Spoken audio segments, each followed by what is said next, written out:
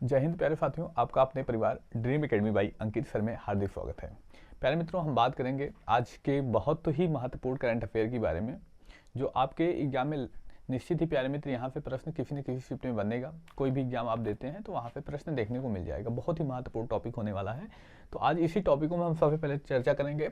राष्ट्रीय मानवाधिकार आयोग के नए अध्यक्ष चुने गए हैं, तो हम मानवाधिकार के बारे में क्या प्रश्न बन सकता है सब डिस्कस करेंगे। उसके बाद टेनिस के एक खिलाड़ी हैं, उन पर 2 वर्ष का प्रतिबंध अभी पिछले दिनों लगाया गया, तो उसके बारे में भी चर्चा करेंगे। किस देश के खिलाड़ी हैं, वहाँ पे क्या प्रश्न आपके एग्जाम में बन सकता है। फिर उसके आगे हम बढ़ेंगे मित्र। सीनियर राष्ट्रीय शूटिंग चैंपियनशिप अभी हुआ, इसमें गोल्ड किसने जीता, किसने रजत जीता और किसने कांस्य पदक जीता और ये आयोजन कहाँ पर हुआ, यहाँ पे महत्वपूर्ण प्रश्न बन जाएगा। आगे उसके बाद बात करेंगे नेवल सिविलियन वर्ष, यानी नेवल सिविलियन वर्ष, इसके बारे में भी हम चर्चा करेंगे। यहाँ पे इसको किसने घोषित किया, क्या उद्देश्य है, सारा डिस्कस करते हुए चलेंगे। फिर उसके बाद हम आगे बढ़ेंगे कल की रिवीजन क्लास में।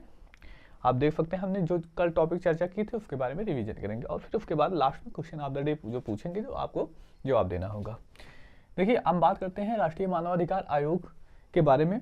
अभी राष्ट्रीय मानवाधिकार आयोग के नए अध्यक्ष चुने गए हैं। तो नए अध्यक्ष के बारे में अगर हम बात करें तो कौन है, जस्टिस बी रामासुब्रमण्यम जी बने हैं।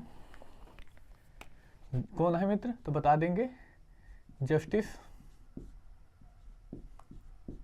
वी रामासुब्रमण्यम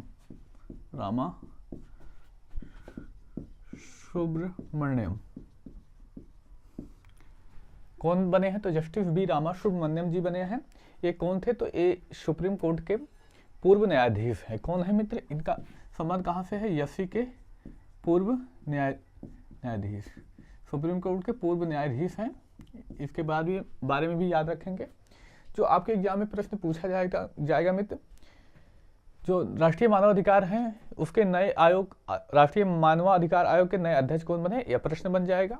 और कभी कभी जो है यह प्रश्न पूछ लिया जाता है, राष्ट्रीय मानवाधिकार आयोग का जो है गठन यानी स्थापना कब की गई। स्थापना के परिप्रेक्ष्य में बात करें, तो स्थापना भी आपके एग्जाम में निश्चित ही प्रश्न पूछा जाता है, कई बार पेपरों में देखने को मिला है। तो इसकी स्थापना 12 अक्टूबर 1993 में होती है। 12 अक्टूबर 1993 ईस्वी का हम नाम याद रखेंगे। इसमें राष्ट्रीय मानवाधिकार आयोग की स्थापना हुई। अगर इसी के परिप्रेक्ष्य में बात करें, एक इसमें अध्यक्ष होता है और 5 अन्य सदस्य होते हैं। एक अध्यक्ष होगा, अध्यक्ष प्लस 5 अन्य सदस्य होते हैं, जिसमें एक महिला होना अनिवार्य है, का होना अनिवार्य। यानी इन 5 में 5 टोटल 6 लोग, इन 6 में एक महिला निश्चित ही होनी चाहिए, ये अनिवार्य किया गया है। अगर इसके परिप्रेक्ष्य में बात करें, जो राष्ट्रीय मानवाधिकार के अध्यक्ष और जो सदस्य हैं इनका कार्यकाल क्या होता है, अभी आपके एग्जाम में देखने को मिला है प्रश्न कितना होता है, तो हम बताएंगे मित्र 5 वर्ष या 70 वर्ष की आयु जो पहले पूरा हो जाए उसी में इनका कार्यकाल होगा। कार्यकाल के परिप्रेक्ष्य में बात करें, इनका कार्यकाल 5 वर्ष या 70 वर्ष की आयु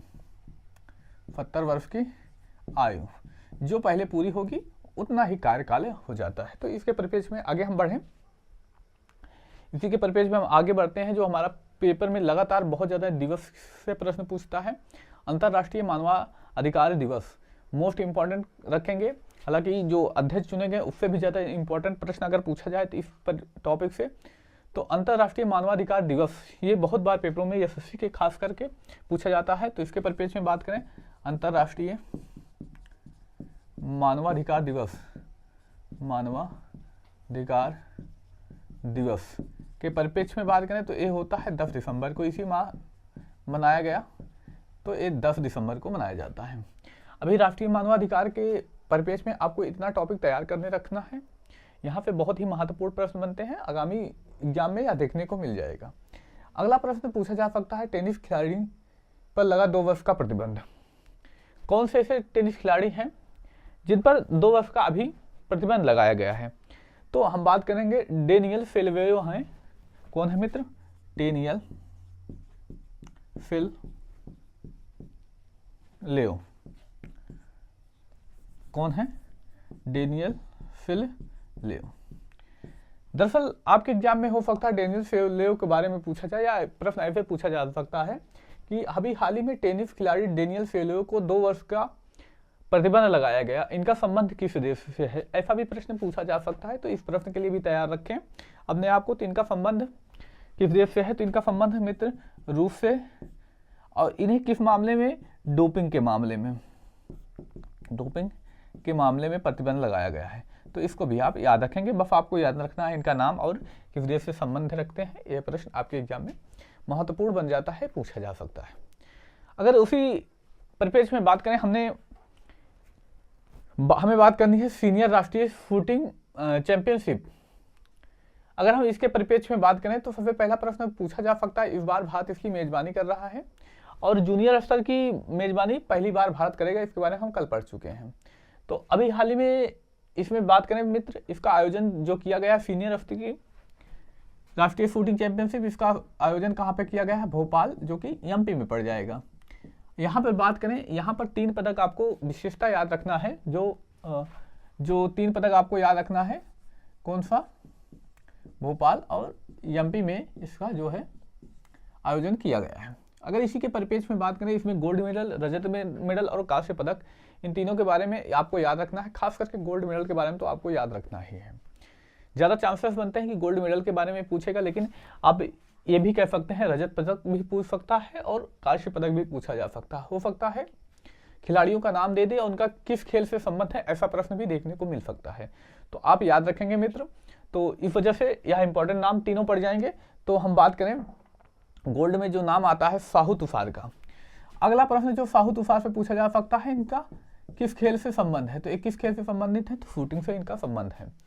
आप जानते हैं शूटिंग से संबंध किसका है, गोल्ड, इन्होंने गोल्ड जीता किसमें, सीनियर राष्ट्रीय शूटिंग चैंपियनशिप 2025 के बारे में 2024 में आयोजन किया गया। तो गोल्ड जो जीता है साहू तुषार ने जीता है। अगला नाम जो आता है जो है रजत पदक के बारे में। रजत पदक के परिप्रेक्ष्य में बात करें तो धनुष श्रीकांत का नाम आता है। किसका नाम आता है, तो धनुष श्रीकांत का। अगला प्रश्न, यहाँ पे भी वही प्रश्न पूछा जा सकता है, बताइए धनुष श्रीकांत का संबंध किस खेल से है। कोई भी खेल का नाम दे सकता है, तो आप याद रखेंगे इनका संबंध किस खेल से है, तो शूटिंग से है। अगर इसी परिप्रेक्ष्य में बात करें, कांस्य पदक के बारे में बात करें, तो कांस्य पदक जो जीता है यशवर्धन ने जीता है, यशवर्धन ने। इन तीनों खिलाड़ियों का नाम आप याद रखेंगे आगामी एग्जाम के लिए। खासकर अभी जीडी के एग्जाम होने वाले हैं और एनटीपीसी के एग्जाम होने वाले हैं, तो वहाँ पर ये प्रश्न बहुत ज़्यादा इंपॉर्टेंट हो जाएगा, क्योंकि अभी हाल ही में समाप्त हुई प्रतियोगिता और जल्द ही आपके एग्जाम होने वाले हैं। तो यहाँ पे प्रश्न पूछा जा सकता है। बहुत फेमस चैंपियनशिप होती हैं जो आगामी वर्षों तक पूछी जाती हैं, लेकिन जो उतना फेमस ना हो वो कब तक पूछी जाएंगे, तो 2-4-6 महीने में जो एग्जाम होने हैं उसमें पूछी जाती है। तो अभी 2-4-6 महीनों में अगर एग्जाम देखें तो एनटीपीसी का है, एसएससी जीडी का है, वहाँ पर ये प्रश्न आपको देखने को मिल सकता है। चलिए इसी के परिप्रेक्ष्य में हम आगे बात करते हैं नेवल सिविलियन वर्ष। देखिए जो सिविलियन हैं, आम नागरिक हैं, उनके परिप्रेक्ष्य में हमारी जो इंडियन नेवी है, इंडियन नेवी ने क्या किया, नेवल सिविलियन वर्ष 2024 को घोषित किया है। किसने, अच्छा पूछा जा सकता है, भारतीय नौसेना ने घोषित किया है। घोषित किसने किया है, भारतीय नौसेना ने, यानी इंडियन नेवी ने इसे 2024 को इंडियन नेवल सिविलियन वर्ष घोषित किया है। किसने, भारतीय नेवी ने, नौसेना ने। इसका उद्देश्य जो है, देखिए जो सेनाओं में भागीदारी होती है, आम नागरिकों की भागीदारी होती है। आम नागरिकों के सहयोग से ही सेनाएं बहुत अच्छा काम कर सकती हैं। अगर कोई सेना में भर्ती होता है तो वहाँ के अगर कहीं पर भी नियुक्त किया जाता है, तो वहाँ जो लोकल लोग होंगे, वहाँ जो आम नागरिक रहते हैं, उनकी मदद से किसी भी मिशन को आसानी से किया जा सकता है। तो ऐसे सहयोग को बढ़ावा देने के लिए ऐसे व्यक्ति सामने आए, आर्मी सेना का साथ दें, इन सबको बढ़ावा देने के लिए तो भारतीय सेना ने क्या किया, नेवल सिविलियन वर्ष 2024 को घोषित कर दिया है। उद्देश्य यही है कि सिविलियन जो हैं कर्मचारियों के प्रशासनिक कार्यकुशलता और कल्याण में उनकी भागीदारी आ जाए, इस वजह से ये इनका उद्देश्य रहा। अगर हम इंडियन नेवी के परिप्रेक्ष्य में बात करें, जो नौसेना इंडियन नेवी के परिप्रेक्ष्य में बात करें, तो यहाँ पे आपको याद रखना है इंडियन नेवी की स्थापना कब से होती है। तो भारतीय नेवी जो है बहुत पुराने समय से है। इसकी स्थापना जो पहली बार की जाती है, इंडियन नेवी की स्थापना स्थापना बात परिपेक्ष में बात करें 1612 ईस्वी में इसकी स्थापना कर दी जाती है। आप देख सकते हैं कितने पुरानी है। अगला जो आपके एग्जाम में प्रश्न पूछा जा सकता है नौसेना दिवस। नौसेना दिवस, चलिए बताएंगे आप मित्र। नौसेना दिवस अभी हाल ही के दिनों में मनाया गया। कब मनाया गया? तो 4 दिसंबर को मनाया गया। इसको भी आपको याद रखना है। चलिए, जो भारतीय नौसेना है जो समुद्र में है उनमें देख रेख के लिए उनमें क्या जिम्मेदारी हो सकती है सारी, मतलब उसमें कोई कमियां हैं, देश की सुरक्षा है जल मार्ग में या कुछ भी हो, तो वो सारा देख रेख कौन करती है? तो भारतीय नौसेना करती है। अगर इसके परिप्रेक्ष्य में इसका आदर्श वाक्य पूछा जा सकता है, इसका आदर्श वाक्य क्या है, यानी भारतीय नौसेना का आदर्श वाक्य मोस्ट इंपॉर्टेंट रखेंगे। कोई भी व्यक्ति आर्मी में जाना चाहता है, आर्मी जीडी या कोई भी एग्जाम देता है आर्मी से रिलेट करके, सेना से रिलेट करके, तो वहां पर ये बहुत ही महत्वपूर्ण प्रश्न है, बार बार पूछा जाता है। समनो वरुणा कौन सा है? समनो वरुणा, ये हमारी भारतीय सेना नौसेना का आदर्श वाक्य है। इसको आप याद रखेंगे। चलिए, अब तो आज का हमारा करंट अफेयर समाप्त होता है, लेकिन हम प्यारे मित्र पिछले दिनों का जो रिवीजन कर रहे थे, रिवीजन के बारे में हम चर्चा करेंगे। सबसे पहले हमने चर्चा की थी राष्ट्रीय किसान दिवस, जो कि मनाया जाता है, कब मनाया जाता है? 23 दिसंबर को। 23 दिसंबर को मनाया जाता है। अगर हम परिप्रेक्ष्य में बात करें किसके, तो हमारे 5वें प्रधानमंत्री हुए चौधरी चरण सिंह, इनकी जयंती पर यह मनाया जाता है। अगर बात करें चौधरी चरण सिंह का जन्म जो होता है 23 दिसंबर 1902 ईस्वी में उत्तर प्रदेश का हापुड़ जिला आता है, जो कि नूरपुर में पड़ता है, वहां पर इनका जन्म होता है। अगर हम बात करें चौधरी चरण सिंह का नाम अभी बहुत ज्यादा चर्चा में रहा। चर्चा में रहने की वजह क्या रही? भारत का जो सर्वोच्च सम्मान है भारत रत्न 2024 में किसे दिया गया? तो चौधरी चरण सिंह को दिया गया। तो इस वजह से बहुत इंपॉर्टेंट नाम बन जाता है और यहाँ पे आगामी जीडी के लिए बहुत ज्यादा इंपॉर्टेंट प्रश्न देखने को मिल जाएगा। इसी के परिप्रेक्ष्य में हम बात करते हैं उत्तर प्रदेश का अगला प्रश्न, जो हम उत्तर प्रदेश का शीर्ष पर्यटन स्थल वाला जिला कौन सा बन चुका है? अयोध्या। यहाँ पर सितंबर 2024 में, यानी 2024 की बात करें, 476.1 मिलियन लोग अयोध्या आए। तो सबसे ज्यादा इस वर्ष जो टूरिस्ट प्लेस बना अयोध्या बना। अभी इससे पहले यह रिकॉर्ड आगरा के नाम था। आगरा में ताजमहल देखने के लिए लोग जाया करते थे, लेकिन अभी वर्तमान स्थिति की बात करें तो यह बन गया है अयोध्या। अयोध्या किस वजह से? तो राम मंदिर की वजह से यह चर्चा में रहा और यहाँ पर टूरिस्ट का आना बहुत ज्यादा हो गया। यानी सितंबर 2024 तक अगर हम बात करें 476.1 मिलियन लोग अयोध्या आ चुके हैं। वहीं अगर बात करें जो दूसरा सबसे टूरिस्ट प्लेस रहा, बनारस रहा। बनारस लोग आए। हाँ, हो सकता है इस महाकुंभ के बाद, अगली वर्ष महाकुंभ के बाद यह रिकॉर्ड हो सकता है इलाहाबाद के पास चला जाए। हो सकता है, अभी अनुमान नहीं कह सकते मित्र, लेकिन हो सकता है। उम्मीद जताई यही जा रही कि इस बार महाकुंभ में बहुत ज्यादा लोग आने की संभावना है।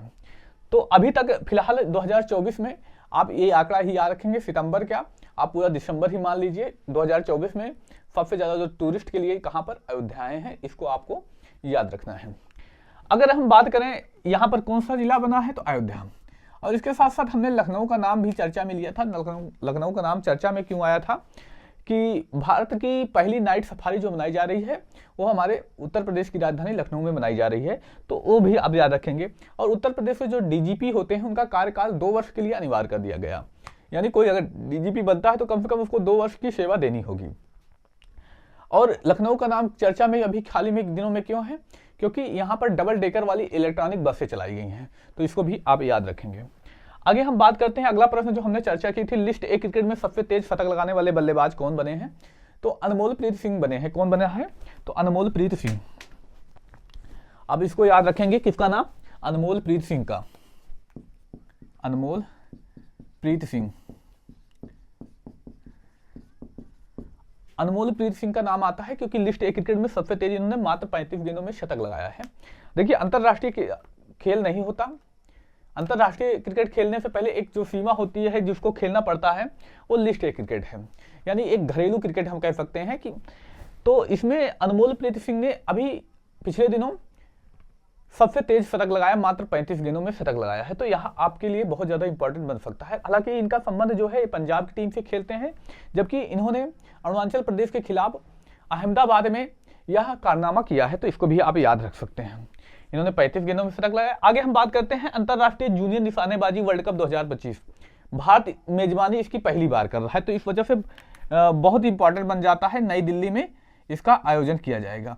भारत जो है पहली बार इसकी मेजबानी कर रहा है। देखिए सीनियर स्तर की, देखिए अभी हमने पढ़ा यहाँ पर भारत मेजबानी कर चुका है, भोपाल में हुआ, लेकिन जो जूनियर स्तर की है यह पहली बार भारत में आयोजित की जा रही है, तो इस वजह से बहुत ज़्यादा इंपॉर्टेंट बन जाता है। अब देखिए इसमें जो कौन कितना मेडल जीतता है, क्या जीतता है, जब समाप्त हो जाएगा तो इसके बारे में हम चर्चा करेंगे। तो अगर इसके बारे में बात करें, इसका जो आयोजन किया जा रहा है किसके द्वारा, तो national rifle association of India के द्वारा इसका आयोजन किया जा रहा है। चलिए आज की जो करंट अफेयर थी उसके बारे में हमने चर्चा की, और पिछले दिनों जो हमने करंट अफेयर पढ़ा उसका बहुत अच्छे तरीके से रिवीजन किया। अब हम बात करते हैं आज के क्वेश्चन के बारे में, जो आपको कमेंट बॉक्स में बताना है। खो खो वर्ल्ड कप 2025 की मेजबानी कौन सा देश करेगा, तो ये आपको कमेंट बॉक्स में बताना है। बाकी आज की क्लास आपको कैसी लगी मित्र, कमेंट करके जरूर बताएं। आप चैनल पर पहली बार आए हैं तो सब्सक्राइब कर लें और अपने मित्र भाई बहन में शेयर करना ना भूलें। मिलते हैं अगले दिन अगले सेशन में। अभी के लिए इतना ही, धन्यवाद। जय हिंद प्यारे मित्र।